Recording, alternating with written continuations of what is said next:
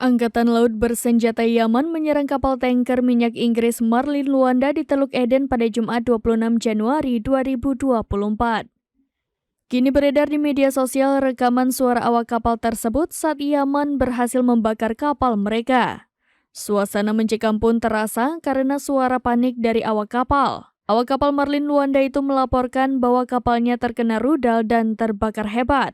Sementara itu dikutip dari Al-Mayadin, penyerangan kapal tanker Inggris di Teluk Eden ini dikonfirmasi oleh juru bicara IAF, Brigadir Jenderal Yahya Saree.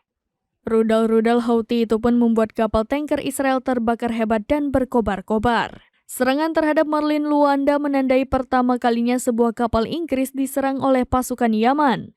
Saree membenarkan bahwa serangan itu dilakukan dengan menggunakan rudal angkatan laut yang dirahasiakan. Ia menegaskan kembali bahwa operasi YAF akan terus berlanjut di Laut Merah dan Laut Arab melawan kapal-kapal Israel dan kapal-kapal tujuan Israel hingga perang Israel di Gaza dihentikan.